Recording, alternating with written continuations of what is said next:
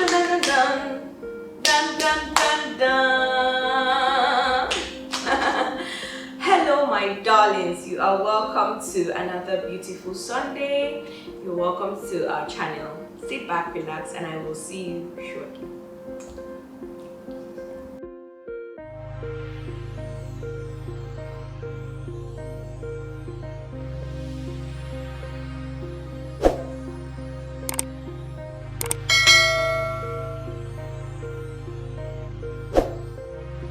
Welcome back. As you know, or as you can see on your screen, my name is Morayo Ahunanya, and together with you, we are the host of this channel.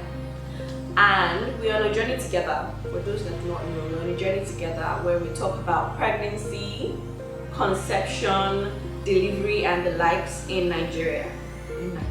Yes. And that journey is called The Latest Nigerian Mommy in Town, inspired by my own birth journey, which happened just about 7+ months ago. Okay, so yeah. How has it been thus far? Have you guys learned something? Have you guys been learning things? This month we have been talking about infertility and how to overcome infertility. These are questions that we brought to our table to trash. And I think it's actually been a productive one. Last week we talked about endometriosis, and to be honest, I am more familiar with today's discussion than I was with that one. But together with today's discussion, which is Polycystic Ovary Syndrome, PCOS, endometriosis are, one of the main causes of infertility in women. And it's very interesting, it's actually very common. PCOS, endometriosis. PCOS, they're both hormonal disorders, by the way. We're going to be focusing on PCOS today, that is Polycystic Ovary Syndrome. Okay? So should we get right into the topic, or should we still just a little? And what do you think? What are you saying? I'll say we should get right in. So what is PCOS and how does it come about? What is Polycystic Ovary Syndrome? Can you guess from the name polycystic? What is it? Well, poly means many, right? Cystic sounds like cysts. Yeah, so that should give you an idea. And then ovary. PCOS is a disorder, a hormonal disorder that is caused when the female body has too much of the male hormone, which are androgens, testosterone, especially androgens, and it kind of actively blocks the production of mature eggs for shedding, for menstruation. So what is happening in the woman's reproductive system, and why do we have that term polycystic? Well, the reason for that name is due to the large amount of male hormones. The person with PCOS ends up not having enough estrogen to develop or mature our eggs to a ripe point, a point where they can shed, where they can come out for either fertilization, which will lead to pregnancy, or for shedding, which is menstruation. So they come out as immature sacs filled with fluid, and those are what we know as cysts, and they can be a buildup of them within the ovary. Okay, so we know one of the characteristics of polycystic ovary syndrome, that is having a lot of cysts in the ovary, immature eggs, just fluid-filled sacs. Another symptom or another characteristics of PCOS is definitely irregular periods.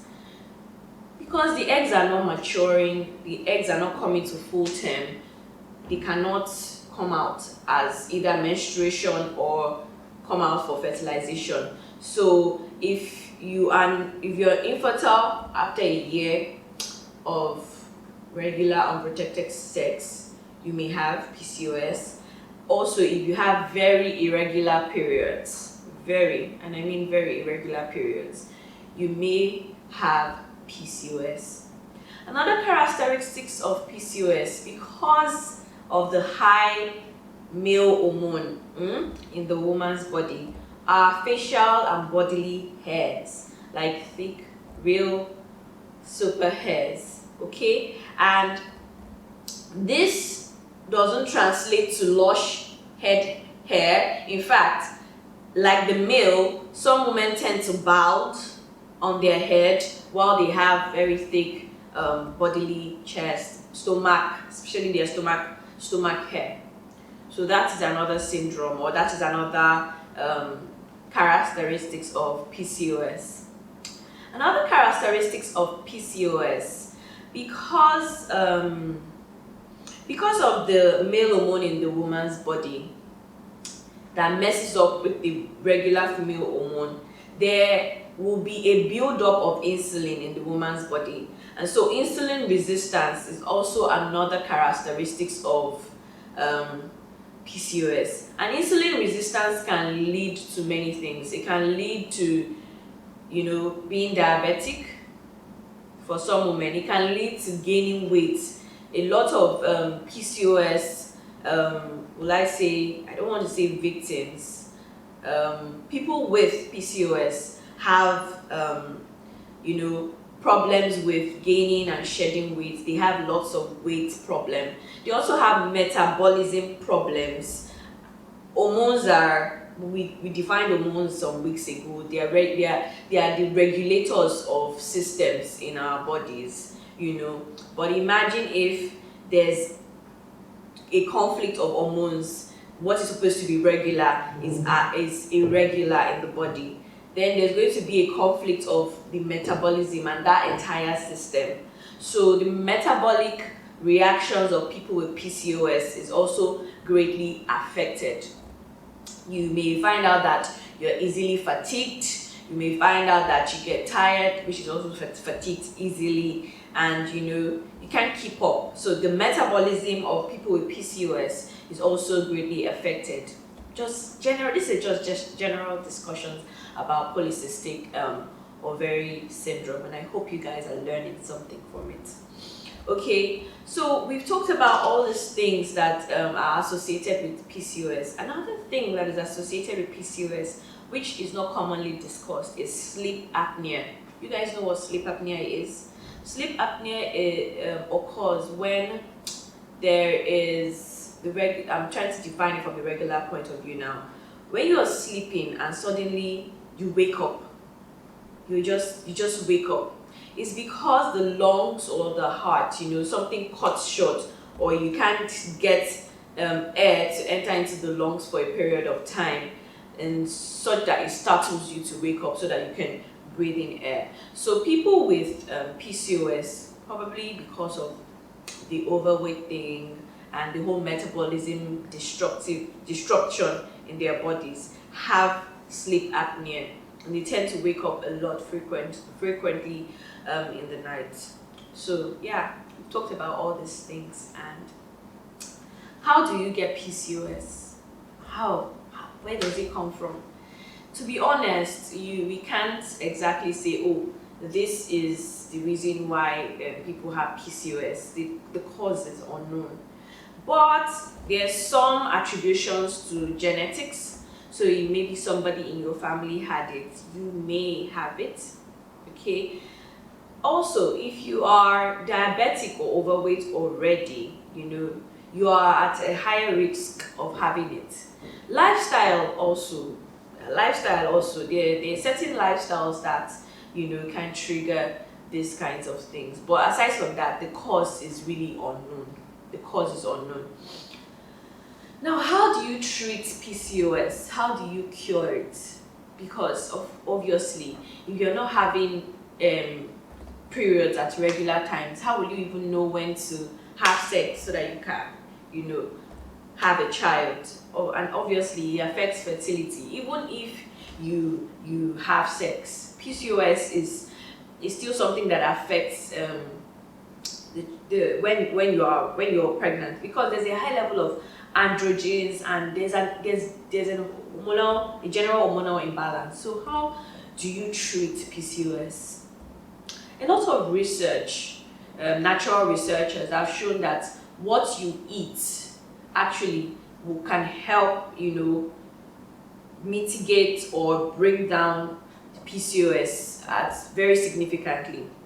Foods that work on your insulin, because the body is naturally insulin resistant when you have PCOS. So when you tackle that using food, foods that are low in carbs and things like that, if you can tackle and not eating oily foods, if you can eat more veggies, fruits, and things like that. There's a lot of research online on foods that will help to reduce or bring down PCOS, okay?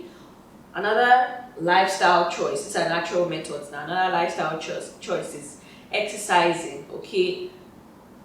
This seems like the regular thing that everybody says in almost everything, but it is what it is, and people have seen from research that it has been proven to work. Exercising, bodily exercise profited much, okay? Spiritual exercise also profits much. I didn't say that in endometriosis, but for me, I believe that there's nothing that prayer cannot solve. There's nothing that God cannot take away. So do all these natural things, and also if you are a spiritual person, get on your knees, okay? It's God that created us. He can adjust all these things. Now, medically, how do you treat PCOS? They actually have different methods. They have ways where they have drugs that they can give you to kind of balance your hormones. They have drugs they can give you to manage your insulin also. They also have surgeries that they can do to remove the cysts, to clean that whole place up, okay? And there are many other medical interventions. As I said, I'm not a medical professional, but I do the one that I can. How do you check, or how do you discover if you have PCOS? If you're suspecting you have PCOS, some of these things that we mentioned. You have a slow or very, very annoying metabolic rate. You get fatigued easily. You have bodily hairs, and yet you don't have on your head. You have very irregular periods, and generally, if you're married or if you've been having unprotected sex for a year, you've not even seen any issue. Infertile. If you suspect that you have PCOS, you can walk into any good fertility clinic. I've recommended some before. I can recommend them again. The Bridge in Lagos, Mind Aid in Port Harcourt. You can walk into any renowned hospital, and they will carry out some tests on you, either using ultrasound or pelvic exams to check that area to see if you have PCOS. I hope this little talk of ours has been enlightening. You guys can see that PCOS is different from endometriosis. Okay, let's quickly do a versus. Endometriosis, it's hormonal imbalance, but it's tending more towards the female hormone estrogen, while PCOS is tending more towards the male hormone, the androgen. Okay, in PCOS you have irregular periods, meanwhile you have excess periods with endometriosis. With PCOS you have pelvic pain, but it's usually during your menstruation period, okay? With endometriosis, you have almost a constant pelvic pain when you're peeing, when you're pooing, when you're having sex, yeah? When you're menstruating, you're having that. Oh, one more thing I didn't say. Endometriosis is life-threatening in that the endometrium, that is the lining of the uterus, can grow in places that it's not supposed to grow, and it can grow in the pelvic area, the intestine, the lungs, and that is very dangerous. Okay, so it is very life-threatening. PCOS is equally dangerous because it can lead to long-term diseases that affect the heart and also diabetes. So yeah, PCOS may not sound as life-threatening, but it's also dangerous. Different effects, different sides of the coin. And finally, endometriosis doesn't affect your gaining of weight and all those kinds of things. Meanwhile, PCOS affects your weight, your body. In fact, acne can be attributed to PCOS. So here are little differences here and there between PCOS and endometriosis. I hope you guys have learned something, one or two things. Please give a thumbs up to this video, that is like. Also share. If you want to see more of this, stay tuned. Next week promises to be amazing. I have something for you. I'm going all out for you. My audience may not yet be big, but for you, my small audience, for those who are committed and dedicated to this channel, I am very, very grateful. I am very thankful. I appreciate you. I see you. I love you, and I'll try my best to go all out for you as much as I can. See you guys next week where I bring a shiro, and by God's grace, and yes. Take care. Lots of love. Bye.